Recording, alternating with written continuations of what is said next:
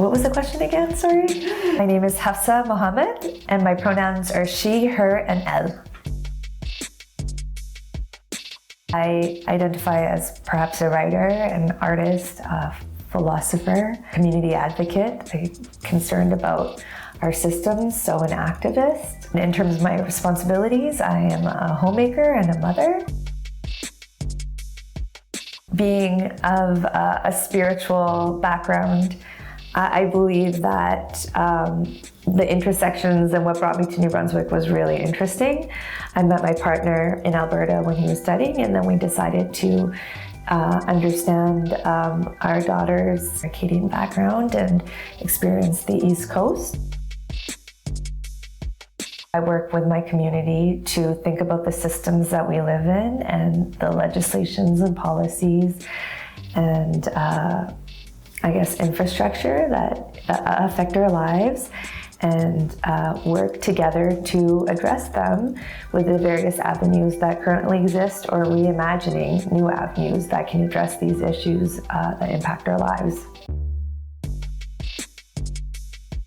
I find it really interesting the impact of our socialization and our learned beliefs that we have, that sometimes as somebody who presents new ways to examine the systems and the policies and the laws that govern our lives, that we can't seem to let go of the way things were or the way things are, because it's all we've ever known, but also to examine the emotional element of policies.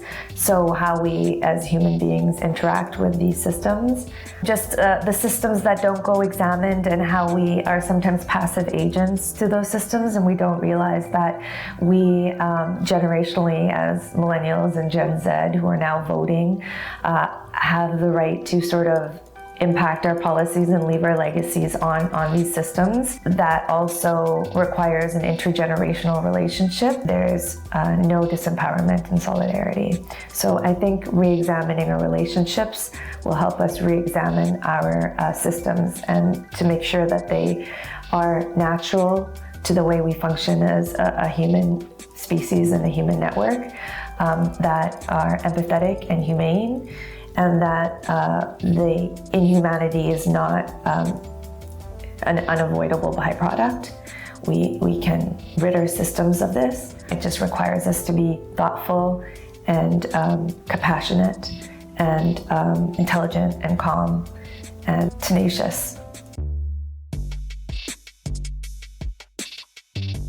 As I had mentioned before, I'm really thinking about our relationships and making sure that our policies are true to the way human beings are designed to coexist with the environment and the people and the living and unliving creatures in our communities.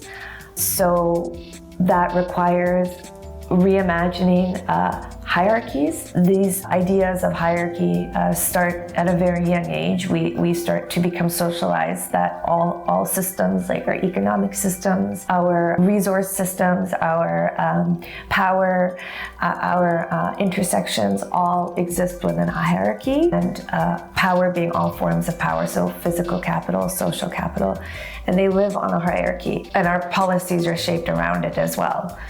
Because of our socialization. But once we start to unlearn our socialization and we start to realize that human beings and their environment are at its best when there is no hierarchy and everybody is more on an egalitarian level, on one level, we are able to coexist in a much more functional way. And that requires a lot of unlearning, but the world we live in is inherently political, and that there's nothing wrong with it. So just unlearning some of these big things that can even start us to get down this path of examination of these systems, and down this path of this examination of our relationships with each other. And it all boils down to the relationships, and if the relationships are not there, the policies will reflect that. So it is extremely important for us to understand that we don't naturally function our best as a species under a hierarchical system. Once we start to just really embrace that, we can make some meaningful change very quickly.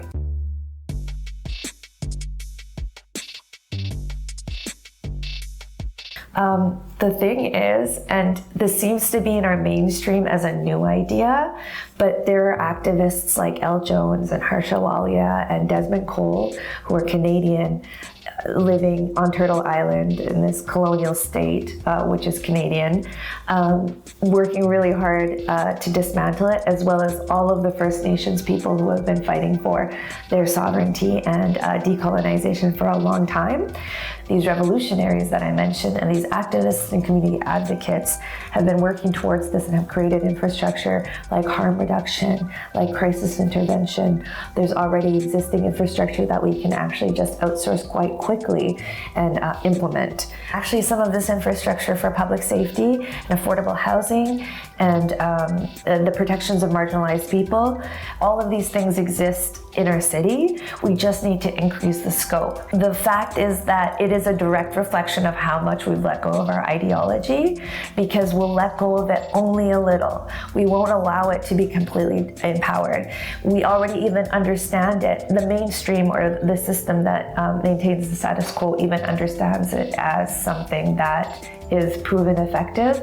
They label it as such, proven effective public safety, in their budgets. But how much they allocate it to it is $300,000 in a provincial budget. So in comparison, $95 million were given to police contract services. So that gives you the scope of, there's data that proves it. They've articulated it as effective, but it's not in our how we allocate the budget. So that's where we hear this defund the police element, because we have the infrastructure already in place in most communities. We just need to give them more money to be effective. And it is entirely possible. It just requires organization and a lot of discussion, and through solidarity. And from our marginalized background, I've been policed. I'm from the people who are being policed. I'm from the people who you might not have a friendship or relationship with.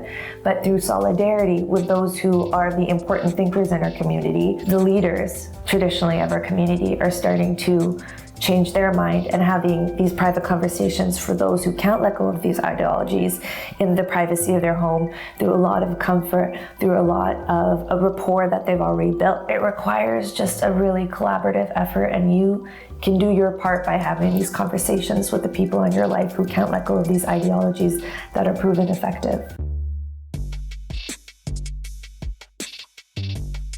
My hopes for the community is that we continue building the momentum. I am quite tired as an activist, but I'm extremely empowered because we have shown in such a short amount of time great successes through addressing the system systematically, through presentations, through collaborative efforts with the EUB, with a bunch of activists who get together and address these systems, through our relationships, through the use of our technology, through intergenerational solidarity, through testimonials, and through tenacity. My hopes is that we continue this momentum and that people continue to speak out every time there's an issue that needs to be addressed, be it through anti-racism, through anti-classism, through anti-transphobia, through anti-xenophobic address, because it's not enough to just be this way yourself. You have to help others, releasing themselves from these phobias or these biases, these things that actually harm those who actually hold these ideologies, as well as those that these policies and ideologies affect. Everyone gets hurt. Even in terms of public safety, I'm meeting ex-soldiers, ex-guards, ex-police officers, thanking us from making this idea of a reimagined public safety more mainstream, and presenting it under a platform as a political platform, because when we don't offer alternatives, we believe that these systems that are based on toxic masculinity or gender-based violence, or those who are actually not living in or with the system, who are designing these policies, if we don't offer alternatives, they'll never be considered. It's just a matter of continuing this momentum, communicating with each other, and never being exhausted by being compassionate and steadfast in justice and your pursuit for it, because it's innate in us. Just keep listening to that voice, addressing it with yourself, being with it, doing something about it, listening to it. All of these things can work together to create a force in you and around you that can help make this place a more just community.